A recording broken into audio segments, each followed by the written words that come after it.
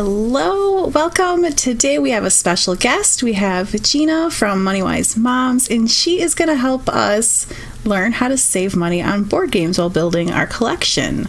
So if you have a question, please drop that into the comments and we will be sure to get to you. If you're watching on replay, go ahead and leave your questions, because we will still be checking in with you and helping you save money while you get fantastic board games for your family. So, Gina, tell us a little bit about you. Thanks so much for having me. I appreciate it. So my name is Gina Lincecum. I've been blogging at MoneyWiseMoms.com for over 10 years now. And my husband and I have been collecting board games for over 25 years now. It's probably, we started in college before we got married, and we still have some of those games. When I was looking through my collection for today, I was like, holy cow, that's a long time. That's awesome. So I have a teenager and two tweens. So we have kids a little bit older than we do, Darcy. So we have a lot of games and a lot of experience with this. And as a thrifty person, it's definitely it can be an expensive hobby, but it doesn't have to be. Yeah, so I would love to know, well, first of all, do you have a number of how many games you guys have? Not at the moment. The last time we culled down to 100 was a couple of years ago. And ever since then, I have to say, we've changed how often we buy. And I'll share a tip for that. Because now we do like a one in, one out for space reasons. Smart. And also because my kids are older now, we've actually gone ahead and gotten rid of a lot of the games that they had outgrown that we held on to for a long time. So I actually don't know. I should have counted, but yeah, that's where we are. But one of the tips I was going to share with you is in terms of collecting. I think that it's really easy when you start a collection to focus more on the collecting than the playing of the games, and that's something that over the years that we've been playing, I feel like we've definitely changed the way we look at it. So when we're purchasing games, we're really looking at playability and longevity. And so is it worth what we're spending? That makes sense. Because, well, I mean, I feel like collecting is a hobby in itself, and then playing is a separate hobby. Right. Well, but it's kind of like if you've ever done crafting. I know, I can be one of those people that collects supplies, but you're never actually crafting or making anything. Yes. That's not really what the hobby is. And so I think it's pretty easy with this particular one to get into collecting, and there's a lot of games that have lots of expansions and you want to have lots of them. So one of my first tips would be to share. If you are friends with anybody who are gamers, and like we have a couple of families that we game with regularly, we actually consult each other before we make purchases, especially around the holidays and birthdays, because there's no reason to own all of them. So for example, we have the original Ticket to Ride from way back when, and maybe 4 of the extra maps. And there are many, many more than that. And then the main family that we game with all the time, they have at least 4 or 5 of them as well. And so if we really wanted one of those, rather than buy it, we would just borrow it. So borrowing is a great way to save some money. If you hope to make other friends that are gamers. I know in my neighborhood, it has come up just at at the pool and stuff, when you find out other people who play the kinds of strategy games that you like. So you'd be surprised. There's a lot more people out there who just don't realize that you're also into those weird German strategy games. So find out who those people are, because they probably have different games than you have, and then you can share back and forth. So that's one big way to save money, would be to share with other people who are also gamers. And it's great too, because not only can you borrow the game so that you can play it without owning it, you can also just schedule game nights with them and hang out and play. Right. And that takes me to tip number 2. If you've got a great board game store, or in our case, comic book stores tend to be the places that sell board games. Where I live here in Northern Virginia, a lot of them have free play days, or they ask you, sometimes they want you to buy a snack or something like that. But they have lots and lots of times where you can go in, even the whole family can go in and sit down at the card tables and play the games. And so that is a good way to try some games out for free before you go ahead and invest in them. And that's something we've done over the years. We've had like snow days where it's still okay to drive, and I'll just take all the kids and we'll go there all day, which is awesome, because, we're not paying for anything except, you want to help support those businesses, of course. And we do end up spending plenty of money there. Trust me. We like to support our But there are opportunities where that might not cost you any money. And if you do have the money to do it, there's also, conventions and other places where there may be big board game rooms. It's just a nice place to try some games before you go ahead and put the money in. And the other thing that's popped up, I don't know if you have this where you live, is a lot of the libraries lately are having game days that are like 9 to 5 on a weekend day, and everybody just brings their games. So again, it's a way to meet some new people and try some new games for free. I haven't noticed ours doing that yet, but I've honestly been thinking about starting that, like trying to reach out to the library and coordinating an event like that so that we can have people get together and play. Right. And so that's a great thing too. Like in our neighborhood, we have we have a pool here, and there's a community room. And so that's something that we've done. It sort of started with bingo, which is not a cool game, but it gets to start talking to parents and kids and finding out. And that's when you find out, oh, this kid, they have a ticket to ride. And then, that kind of leads you down this conversation of what kind of games do you like to play? Because, you're listening for those keywords that they're not sort of playing those standard boring games. You want to hear that they're playing the strategy games. So another big one that I think is tricky when you're first getting started is to be willing to buy used games. And this is probably where the bulk of our collection has come from. So it can be as simple as go to a yard sale or a thrift store or a consignment store. Yes, you are a little bit gambling that the pieces might not all be there, and that does happen to us once in a while. But I have to say, this is so old and falling apart. We have this game called Can't Stop that is, I think it's from like the late 60s. This is one of our favorite games. We've had this for probably 20 years. I got this at a yard sale because really, when you're buying it for $1 or $2, it's like, hey, let's try it out. What's the worst that'll happen? You can turn around and sell it. This is another one that we have called Acquire. This is an actual 70s version of this game that I got at a yard sale. Nice. It's been republished, and it's a beautiful, fancy new edition. And at one point, we were kind of like, well, maybe we should go ahead and spend the $50 and get it. And it's like, wait a minute, we love this game. We play it all the time, and there's nothing wrong with it. So, you need to think about sort of getting past that and think about buying used games. We've also bought used games from other players, other gamers that we know.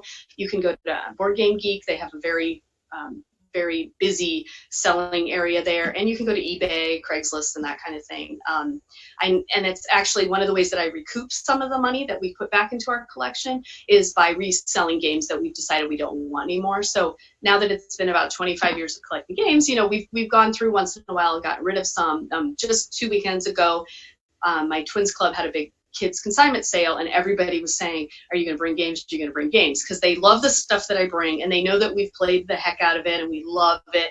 And I even have some reviews of some of these games on my website.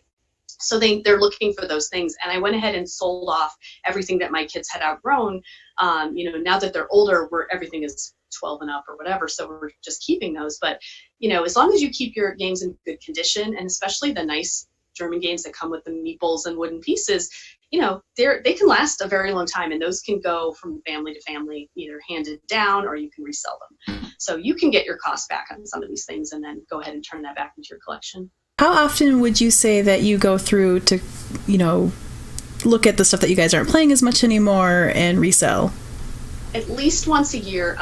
It's something that I've trained my whole family to do before the holiday season, because the holiday season is when we get a bunch of new games for the year. My birthday is the week after Christmas, and my husband's is right after that. So we often kind of go through our collection, get rid of some things, and kind of say, hey, here's a little wish list that we give to friends and family and each other. And that's typically the time of year that we get new games. And then that's kind of what we play for the next year. And at this point, we've been in this house about 10 years now. When we moved here, we had to really cut down on the number of games that could fit. We have 2 full game closets, and then the leftovers are sort of in the living room, which I'm not happy about. My husband loves it. So there's definitely points where it's like, okay, look, it's time, and we need to kind of, if we're going to get 3 new games because it's your birthday, we need to think about getting rid of a few. So I did just make quite a bit of space getting rid of the kid level games. So of course he's very excited to get new things to fill in the spots. But we're also we're very loyal to certain games. We've been playing some of the same ones since the holidays last year. Like, they're still our favorites. They're still going strong. And then every once in a while, we'll kind of go back and pick out an old favorite, or if someone's visiting and they really like a game, we'll pull that out. These are really great tips. One of the things that we did where we picked up a few games was we went to a local gaming convention, and one of the stores that was there had a whole section of like scratch and dent. So it was like buy one get two free. I could not believe it. So that's happened at our local game stores. They'll go ahead and sell off the ones that people have been playing. And it's like a rental car, right? It's barely been played. It's probably in perfect condition. And I've even had luck over the years reselling some games on eBay, which sometimes they can go for quite a bit, sometimes even more than we paid for them, which is funny if things are out of print and that kind of thing. And, it's funny because now that my kids are older, one of my daughters, who's 12 and a half, has all of a sudden gotten into war games, which is something I never wanted to play with my husband. And now he's saying, see, aren't you glad I held on to all of those? Because now they have this whole, array of games that have been sitting in the closet. And I keep saying, do we have to keep all those? We never play those. But now she wants to play all those games. So it's up to him. That's what all the closets would have in this house. But I think that over the years, we've really, we really do go through once in a while and go, do we really like this? Has it been a while? Do we need to try it again? And so actually going through the closets to do that sale a couple weeks ago, it made us bring about 10 of them out. And that's why they're in the living room, to kind of go, hey, let's play that again and see what we think. And let's make a final decision about that one. So it's a good idea, I think, at least once a year to do that and just see where you're at. We should probably do that. It is exciting when your shelves get all full, but I've done the same thing with my kids over the years with books. There's only so many things you can fit on the shelf. And I feel like it's a good lesson as they're growing up in their room, and then in our living room or in our basement. This is how many items this shelf can hold. In this case, in their room, it's books, and in this case, it's games. Then, if we're going to get 5 or 6 new games for the holidays, we've got to make room. So how do we do that? And what are we getting rid of? And so I feel like it's just a good, that they're not learning that you just keep buying more and more and more, that you're actually using the things that you're buying. And we talk about value and that kind of thing. I know when we first started buying the big games a long time ago when we were first married, to spend like $100 or $125 on a game seemed crazy to me. I didn't look at it the same way that I do now. And now when I look in the closet and it's like, okay, maybe we spent $100 on a game, but no joke, 20 years ago, how many times have we played that game? Hundreds and hundreds and hundreds of times over the years, for what we paid for it. That's really good value. So that's one of the reasons I actually recommend board gaming as a pretty frugal hobby. There's definitely ways to spend a lot of money like there is on anything, but you don't have to. It's actually something you can, there are lots of ways that you can spend less and still really enjoy this as a hobby. And I think that's a really good point, that the sticker shock can be a little much sometimes, but when you really break it down to, are you playing this weekly, monthly, are you playing it a lot? Because there's cheap games that you can get at the big box stores, and it may have only been a $5 game, but we'll play it once and then that's it. Like, it's not fun anymore, and it's just not worth it. Then it's just taking up space, or it breaks because of the plastic pieces or something like that. Whereas, a better quality game might cost more, but you're just gonna get a lot of use out of it. And again, once you form that community of other gamers, there are just so many opportunities to share with other people. And so we see friends over once a month, they have a game night, and we'll just go up and they'll borrow a few for a month and we'll borrow a few for a month. And it just, you get that one out of your system and then you take it back, and it's like a little lending library between friends. And there's so many other ways that you can, we've done that even with neighbors here in the area. So you just need to kind of find your people, and then you'll have access to a lot more games. It's definitely a good suggestion. So, like you were talking before with getting used games, how do you deal with, if there are pieces missing? Do you have any tips on that? Well, so the nice thing about the internet is you can look up what's in every single box. You can go to Board Game Geek, which we do often when we get a new used game. They'll have a picture of all the cards, all the pieces, so you know specifically what's missing. Oftentimes, if I'm at really a yard sale, I'll just open it and take a look. And you can obviously use your phone and see if there's anything missing. But we tend to have, I'm sure you do too, random dice in our house, and we're playing and things like that. So we've never had a problem with just adding extra pieces to something. I know when we got this one, I think this doesn't have all the pieces and never has, and yet it's been one of our favorite games forever. So it's fine. You make it work. I don't think we've ever had a really big dud where we bought something and it was missing a ton of pieces. And certainly when you buy things used on Board Game Geek or eBay, people have to be very, truthful about if there's a problem with it or if anything is benched or anything and that kind of thing. And again, we're teaching our kids to take really good care of these things because they are valuable to us. And it is one of the main reasons that I'm able to get so much money back when I turn around and sell them. That makes sense.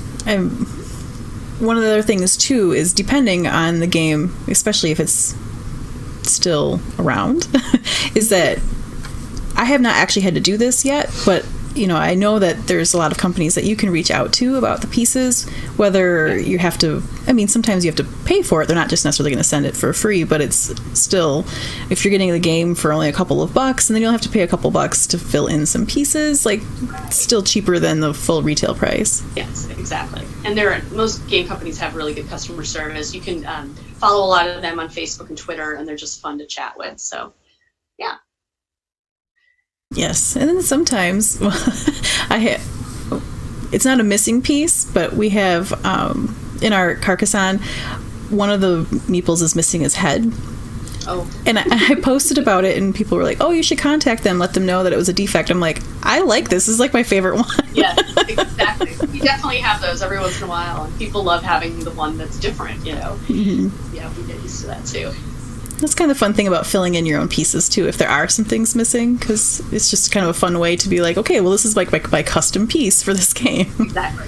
Yes, we have do you have Agricola? That's one of our favorites. We have a whole set of Simpsons figurines that we use when we play Agricola instead of the meeples that it came with. So, you can make anything the way you want it to, personalize it. Excellent. See, there's some comments like great idea and things that people were enjoying that you were sharing. Drop your question in the comments so that we can help you save money on your board game collection. So then you can have more games. Right. Or more money for other things that are also important in your life. Right. I think that's the last thing I was going to say is to treat, if you're really into this, if this is a hobby, treat it as such. And, for us, we put that budget into the entertainment line of our family budget that we do every month, yes, every year. And so we don't accidentally spend hundreds of dollars on games because, when you're collecting, that's kind of what can happen. I've never done that. It's something we do maybe instead of going out and spending a lot of money at the movie theater, so other families have other things. We don't pay for cable TV. We do a lot of board gaming. And so that's where our entertainment dollars go. And it's the, it's taken seriously, and then we do spend a decent amount of money on it. So just keep that in mind. Right. Oh, you said before that you were going to talk a little bit about how often you guys purchase games. I would say the big one for us is around the holidays, because we have the holidays and then our 2 birthdays. So we tend to kind of make a list around November 1st of what's new and what we're in the mood for by looking at Board Game Geek and getting reviews and talking to other people. And then honestly, if our friends already have it, we cross it off the list, because unless we're both going to want to play it at the same time, that doesn't usually happen. So that is sort of a new thing for us the past few years, is to check with this other family that we game with all the time, so we don't have to do anything. And they do with us too. And then we set up a big wish list, and then our friends and family tend to buy off of that for the holidays for us, which is nice. And for my husband's birthday, we always get him board games. We tend to buy the ones that I don't necessarily want to play. They're special for him, things that some of the kids will play with him or he can play with the gaming group. But yeah, I think, we used to do it just all the time when we weren't sort of paying attention to our budget. And over the past few years, I'd say now that we treat it as sort of our family hobby, it's really more of a special occasion thing. It's a birthday, Christmas type of thing. And we do play the heck out of our games. I mean, we really do. So our big favorite from last holiday was Terraforming Mars, that we have played. I can't even tell you how many times we played that game. So we just got an expansion. We will pick up little extra things here and there. One of the guys in our gaming group just made these little holders for all the millions of pieces with his 3D printer. So now we're all excited to play it again. Yeah, so there's always these little extra things you But yeah, I think when we feel like we need something mid-year, we'll just trade with somebody or ask around in the neighborhood if someone's got, a new one and we know that they like the kinds of games we like. So you don't have to spend money all year. It's just something to, got to keep a little bit of control on when you're doing a collection. I like the idea of having the wish list idea, or the wish list of the games that you guys are interested in for your friends and family to see, because that's one other thing that sometimes I think we might forget about, is letting people know what games we would like to have if they're looking for gift ideas. Yes, and we are often asked what our gift suggestions are for all ages, and that's something that we give a lot to other people and to other families. And so we kind of have a running list of what the kids liked at certain ages. And then again, when I've done the reviews on my website, it's obviously because we're really into that game. It's a series called Favorite Family Games for a reason. And so, when people say, hey, so-and-so's birthday's coming up and she's 9, what do you recommend? And we kind of know, my husband's coworkers ask him all the time for recommendations for games around the holidays. So it's fun to be able to kind of look back at the kids being younger and recommend certain games for different ages. And it's great for saving money on games yourself when other people are gifting them to you. Of course. But again, I've always felt odd putting any game that costs more than like $75 on that wish list, because other people don't realize that it's worth that value, and it took me so long to kind of get to that point. So it's not like I would just throw that out there like, hey, here's this game with 1 million pieces and it costs this. but that's something that we would talk about, because it's like a bigger hit on your budget. We go, well, we can buy 4 games for this much money, or this big one, and what are we going to play more often, and that kind of thing. And now that the kids are older, everything we play is basically adult games, and so they're part of the decision making at this point too. And when everybody picks out a game like for Dad's birthday, they like to go through the wish list and read the descriptions, and they kind of picture well, which of these am I going to get to play, or which one am I going to like the most, and that kind of helps them decide. Yeah, and that is important too, is thinking about who all is going to be able to play it. Because if you're going to spend the money on the game, is it just going to be once in a while with one of the kids, or is it something that all of your kids are going to enjoy playing? Are you going to enjoy playing it with your kids, and that kind of stuff too? And that's made it a little easier for us right now. I think all the years before we had kids, he would buy these 4 games, and I did try them. I just never cared for them. It's not my kind of game. And that's why it was like, wow, this has been sitting in the closet for 10 years. And maybe once a year, someone will come over and play it. It's like, those are things we've kind of worked on over the years, just as collectors and as gamers. And I think, as you have your kids and your kids get older, you go through these phases with them as well. They're identifying that I have 3 kids and they have 3 different types of games they like. So right now it's really hard. We haven't played a 5-person family game in quite a while, actually, because everybody is into something different. Everybody's willing to do a one-on-one, and sometimes you can get 2 kids in, but it's been quite a while since it's been 5 people. Great. I really appreciate you sharing your tips with us today, if I could talk. So let everyone know where they can find you for all your other savings tips. Yeah, so my website is Moneywise Moms. It's all one word, .com, and all of my social handles are at Moneywise Moms. So you can find me there. And if you take a look at my nav bar, I guess, on my website, you'll see where the game reviews are, and there's a lot of good stuff there for older kids, if that's what you've got, or you're looking for holiday presents coming up soon. Excellent. Thank you so much for joining us today, and thank you guys for watching. And again, leave your questions in the comments for us. Take care. Thank you.